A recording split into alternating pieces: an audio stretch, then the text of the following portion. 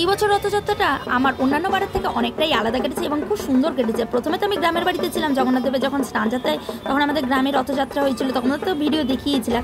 আর এইবারে আমি কলকাতাতেও যেহেতু আছি, তো পুরীতে যখন আর কি রথযাত্রা হয় সেই সময় আমাদের কলকাতায় সেই রথযাত্রা পালন করা হয়। আর তার জন্য আমি বাড়িতেই আছি, কলকাতাতেই আছি। আর আমার সকালবেলা বাজনী বাজার গিয়েছিলাম মায়ের সাথে। কি ছোট ছোট রথগুলো দেখো, কি মিষ্টি লাগছে, নিজের যেন ছোটোবেলাটাকে আবার ফিরে পেলাম। আর কি কিউট কিউট ঠাকুরগুলোকে দেখতে লাগছে, এত সুন্দর লাগছে। আমার বেশ ভালো মনে আছে, আমার মা ছোটোবেলায় মানে বেশ বড় বয়স পর্যন্ত, আমি 13-14 বছর বয়স পর্যন্ত রথ টেনেছি। এবং আমার মা সেই সমস্ত দায়িত্ব নিয়ে কালারিং সেলোপেন পেপার দিয়ে রথ সাজিয়ে দিত। ঠাকুর কিনতে যেতাম মানে প্রত্যেকবার মায়ের সাথে গিয়ে, রথটা কিনতে হতো না প্রত্যেকবার, ঠাকুরকে ফল মিষ্টি ধূপকাঠি দেখিয়ে ফুল দিয়ে মালা পরিয়ে রথেই বিকালবেলার দিকে রথ টানতে বেরোতাম।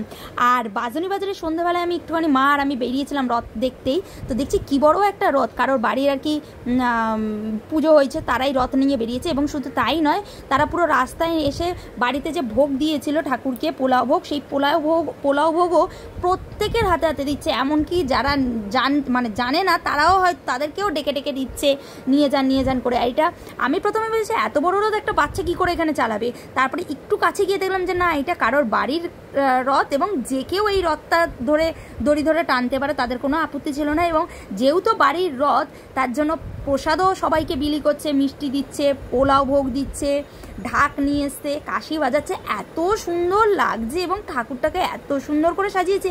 যে কোনো ছোট রথ হোক, রথ তো রথই হয় এবং ঠাকুর তো ঠাকুরই হয়েছে, ছোটই হোক আর বড়ই হোক, প্রত্যেকটা বাচ্চা রাস্তায় কালকের এত সুন্দর সুন্দর সব ছোটো ছোটো বাচ্চারা এত সুন্দর সুন্দর এখানে রথ নিয়ে বেরিয়েছিল। সেই ভিডিওগুলো আমি আর করতে পারিনি। এত সুন্দর লাগছে যেন নিজের ছোটোবেলাটাকে যেন ফিরে পাচ্ছে। আমার ভীষণই রথ টানার ভীষণ পছন্দ ছিল, ছোটো থেকে তো খুবই রথ টেনেছি, 13-14 বছর বয়স পর্যন্ত এবং বড় বয়স পর্যন্ত আমি ভালোই রথ টেনেছি। আর এই কারোর বাড়ির পার্সোনাল একটা রথ প্রত্যেকে দেখছে, কি সুন্দর দেখো রথ থেকে এসেছে, এত সুন্দর।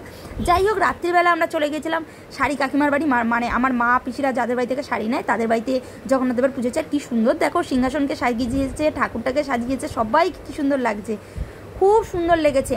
আর ওখানে গিয়ে কাকিমার বাড়িতে গিয়ে প্রথমে ফল প্রসাদ দিয়েছিল, আমার এখানে সবাই গিয়েছিলাম শুধু আমার মা বাদ দিয়ে। আর অনেক কিছু প্রসাদ দিয়েছে, সেগুলো কি দিয়েছে জানি না, তবে এখানে ছিল ঝিলি। আমার বড় পিসি এখানে ঝিলি প্যাকেট দেখাচ্ছে, আমার এটা মেজো পিসি, এটা ঝিলির ছেলে, বড় পিসি, পিছনে আমার ঠাম্মি। আমরা অনেকজন, মানে আমরা পুরো ফ্যামিলিটাই গিয়েছিলাম, শুধু আমার মা ছাড়া। তবে প্যাকেটে কী আছে জানি না, তবে বাড়িতে গিয়ে চলো দেখাবো যে প্যাকেটের মধ্যে কি কি দিয়েছে ঠাকুরের প্রসাদ হিসেবে।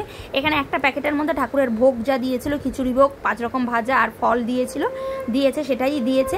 আর আরেকটা প্যাকেটের মধ্যে দিয়েছে পোলাও, চাটনি, আলুর দম। যেহেতু আমি আর আমার মায়ের জন্য 2 প্যাকেট দিয়েছে, খেতে অসম্ভব সুন্দর হয়েছিল।